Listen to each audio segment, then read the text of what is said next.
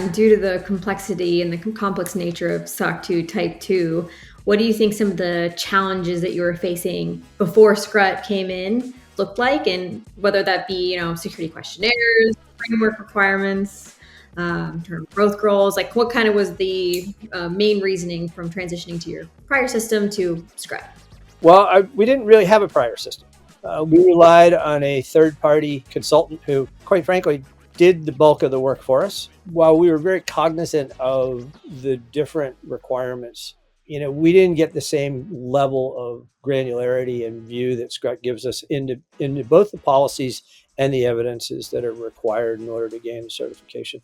So I think that's something that Scrut has really done well, which has, brought to the surface exactly why you have to have these things and at what cadence and what part of the certification that is important for.